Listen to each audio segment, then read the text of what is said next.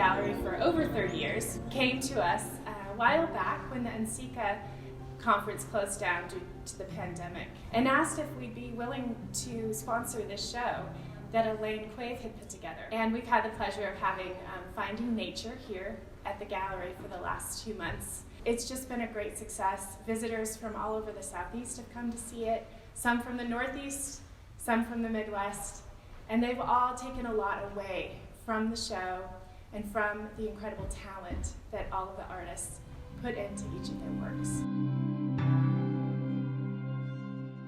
There are 7 artists that are included in the exhibit, and they're all connected to the North Carolina, South Carolina area. There's various ways that the artists in the show are approaching their connection as humans to nature. One of the things that I find particularly striking about some of the works in the show is the way that the scale shifts between the different artworks. So some of the artists like Alice Ballard are really zooming in and making us feel really small by creating these small pods on a very large scale. And then some of the other artists like Mike Vadalero are zooming out and then making us recognize bigger sense of humans and nature and looking at the landscape on a greater scale.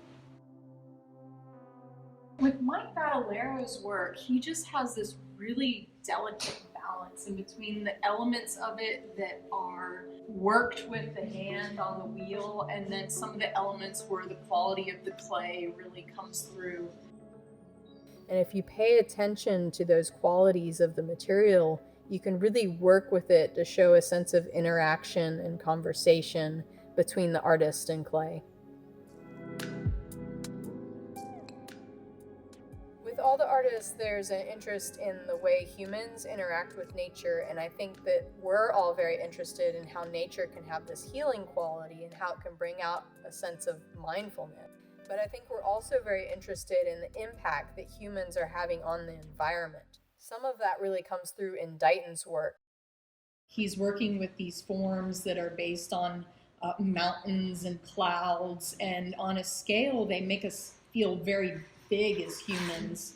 And I think that that's really appropriate because of just the high impact that humans are having on the environment.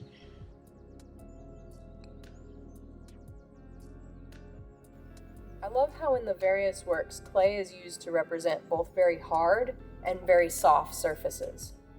The mushrooms in Nina Kawar's work appear to be very soft in contrast to the white, almost bone-like pieces of Alice Ballard's work. I can't help but relate that to ideas of the body. And I think in searching for a connection in nature, we have to both look outside ourselves and within. We are inseparable from nature. It's a part of us. It's a part of who we are as humans, even though we often think of ourselves as separate from nature. Within my work, I use porcelain bones to represent plant forms as a way to show this connection between humans and the environment. Megan Wolf's work also has this biomorphic feeling. The forms feel really familiar to us and also unfamiliar at the same time because of the way she's pulling information from nature and then recombining it to create a brand new form. They're really quite imaginative.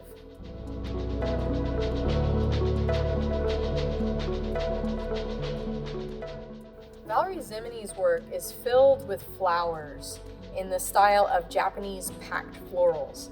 They make me think of that brief, beautiful moment in spring when suddenly everything is in bloom.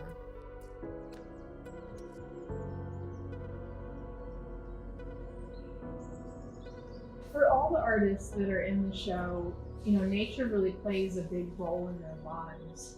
And, we find things that are interesting that we can relate to. And I think all of these pieces are a metaphor for the way that we interact with nature and the way that it's part of our lives. I think that spending some time finding yourself in nature and finding a deeper connection to nature can be a really healing activity. life.